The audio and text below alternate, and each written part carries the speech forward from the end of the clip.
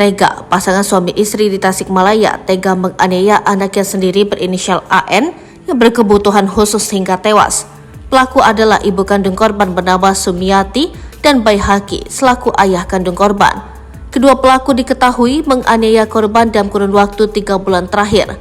Usut punya usut, pasutri itu kesal lantaran korban sering menangis saat meminta makan dan menolak dimandikan.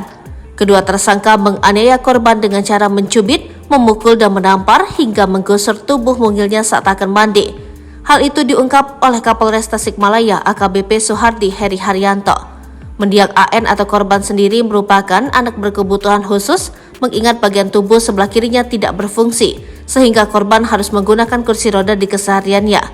Kasus kematian anak berkebutuhan khusus ini terjadi di Desa Sukaasi, Singaparna, Kabupaten Tasikmalaya. Tersangka memang temperamental, sering berbuat kasar pada anaknya ini sampai akhirnya anaknya tersebut wafat. Kami juga sudah melakukan otopsi terhadap korban dan dari hasil otopsi itu ditemukan adanya luka. Salah satunya adalah luka yang sampai ke organ vital yang bisa menyebabkan kematian, kata Kapolres. Terpisah, Kepala Satuan Reserse Kriminal Polres Tasikmalaya, Ibtu Ridwan Budiarta menambahkan bahwa kedua tersangka menganiaya korban menggunakan alat-alat seperti gayung, sapu, hingga sendok. Jadi memang anak ini sering nangis kalau mau makan atau mandi. Dilakukanlah kekerasan oleh tersangka, jelas Ridwan. Pihaknya telah mengamankan sejumlah barang bukti seperti foto korban dalam kondisi sehat saat masih bersama ayah angkatnya yang bernama Samsul Munajat, dan foto korban bersama kedua orang tua kandungnya yang tampak dalam kondisi mengkhawatirkan. Bantal dan sarung dengan bekas luka darah juga pakaian korban. Alat yang digunakan tersangka ada beberapa, yaitu sendok, gayung, dan beberapa alat rumah tangga lainnya, kata Ridwan. Akibat perbuatan kedua tersangka, mereka terancam pasal 80 Undang-Undang Nomor 35 Tahun 2014 tentang Perlindungan Anak dan atau pasal 351 KUHP.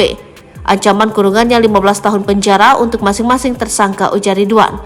Sebelumnya, orang tua angkat sang anak Samsul Munajat angkat bicara terkait meninggalnya AN yang dinilai tak wajar. AN sempat diangkat menjadi anak oleh Samsul Munajat sejak berusia 7 bulan.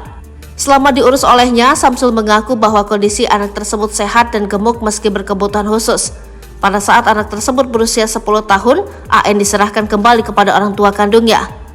Setelah diserahkan kepada orang tua kandungnya kurang lebih selama 8 bulan, anak ini terlihat kaku sebelah bagian kanannya, sedangkan yang bagian kiri aktif. Dia juga tidak bisa jalan, tapi kalau dipapa bisa, terang Samsul.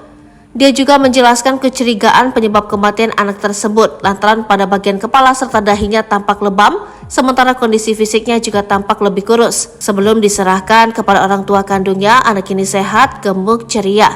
Tapi pas sama orang tuanya ada perubahan. Malah ada luka di tangan yang diakuinya karena gigitan nyamuk dan digaruk terus-menerus, ujar Samsul. Lebam di kepala dan dahinya juga katanya itu bekas gigitan nyamuk, kata Samsul mengakhiri.